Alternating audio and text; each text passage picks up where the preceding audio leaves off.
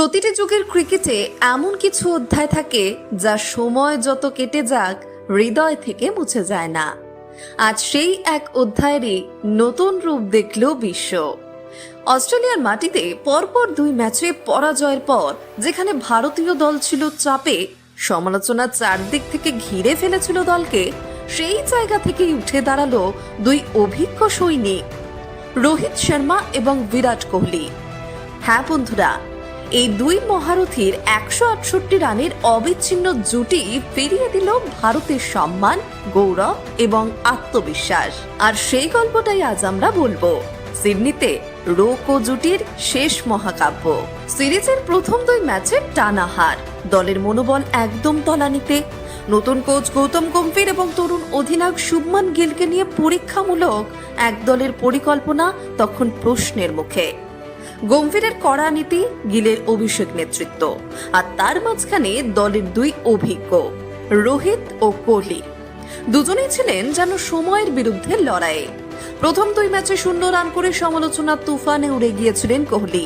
রোহিতও ছিল নিষ্প্রভ। বাইরে গম্ভীরের মুখে কঠোর ভাষা, ফল চাই, নাম নয়। এমন এক অবস্থায় তৃতীয় ম্যাচ, সম্মানের লড়াই। সিডনির মাঠে টসে জিতে ব্যাট করার সিদ্ধান্ত নিল অস্ট্রেলিয়া, কিন্তু ভারতীয় বোলারদের নিয়ন্ত্রিত আক্রমণে দীর্ঘ ইনিংস করতে পারল না তারা। প্রথম উইকেট পড়ল দ্রুতই। ট্রেভিস হেড 25 বলে 29, মার্শ 50 বলে 41 রান। ম্যাট রেনশ একটু লড়াই করলেন, 58 বলে 56, কিন্তু বাকিদের অবদান খুবই কম। শেষ পর্যন্ত 46.4 ওভারে 236 রানে গুটিয়ে গেল অস্ট্রেলিয়া। হর্ষিত রানা, নতুন ভারতীয় বেস্ট সেন্সেশন, নিলেন 39 রানে 4 উইকেট। এদিন যেন নিজের জায়গা পাকাপোক্ত করে নিলেন দলের মধ্যে। ওয়াশিংটন সুন্দর, সিরাজ, কুলদীপ সবাই নিয়েছিলেন গুরুত্বপূর্ণ উইকেট। অর্থাৎ বল হাতে ভারত ছিল আত্মবিশ্বাসী, কিন্তু ম্যাচ জিততে হলে তো রান তাড়া করতে হবে, আর সেই জায়গাতেই ছিল ভয়। লক্ষ্য 237 রান।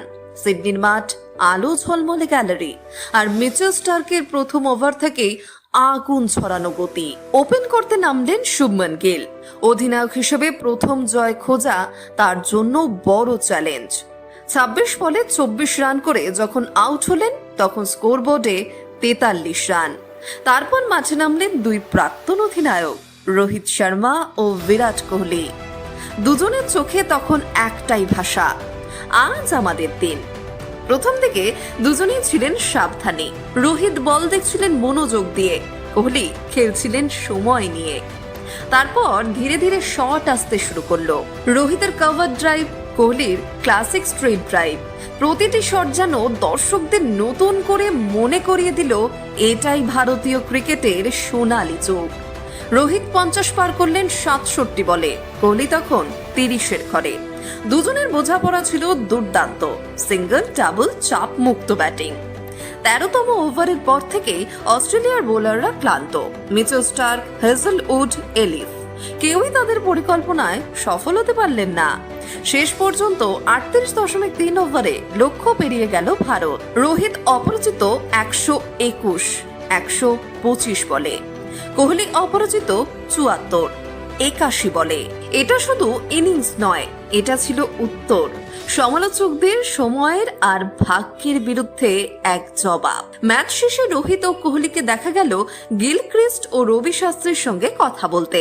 গিলক্রিস্ট সরাসরি প্রশ্ন করলেন, 2027 বিশ্বকাপে কি আবার দেখা যাবে তোমাদের?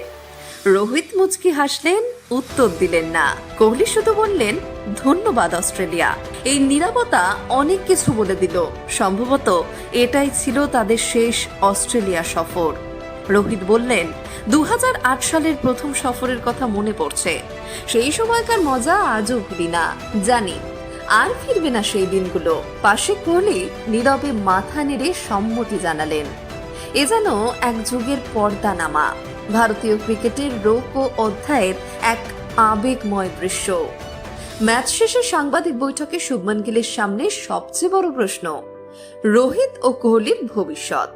শুভমান বললেন, এখনই বিশ্বকাপ নিয়ে ভাবছি না, আগামী দুটো সিরিজ দক্ষিণ আফ্রিকা এবং নিউজিল্যান্ড, এরপর সিদ্ধান্ত নেওয়া হবে। তবে একটি কথা তিনি পরিষ্কার করে দিলেন, রোহিত ও বিরাট দলে থাকলে আমার অধিনায়কত্ব অনেক সহজ হয়, ওদের অভিজ্ঞতা আমাকে সাহায্য করে মাঠে। এই একটি বাক্যই যেন আশার আলো, মানে এখনই তাদের অধ্যায় শেষ হচ্ছে না।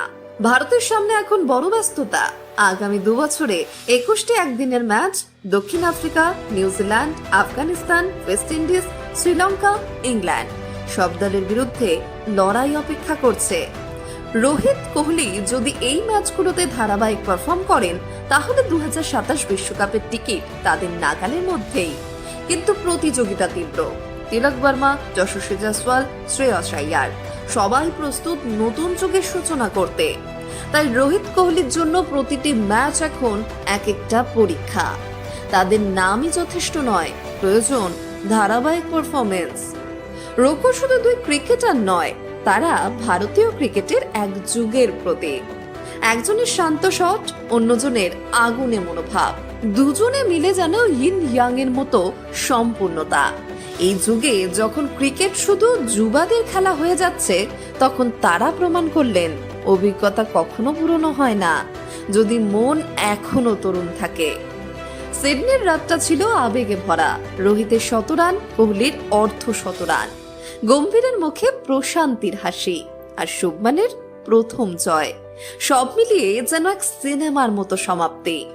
কিন্তু প্রশ্ন রয়ে গেল, এটাই কি ছিল শেষবার রোহিত কোহলিকে একসঙ্গে জেতাতে দেখা, নাকি ইতিহাস লিখতে তারা ফিরবেন আরো একবার 2027 সালের দক্ষিণ আফ্রিকা বিশ্বকাপে? উত্তর সময় দেবে, কিন্তু আজকের রাত ভারতীয় ক্রিকেট প্রেমীদের কাছে চিরস্মরণীয় হয়ে থাকবে। বন্ধুরা, আপনারা কি মনে করেন, রোহিত কোহলিকে কি আবারও বিশ্বকাপে দেখা যাবে? আপনার মতামত জানান নিচের কমেন্টে।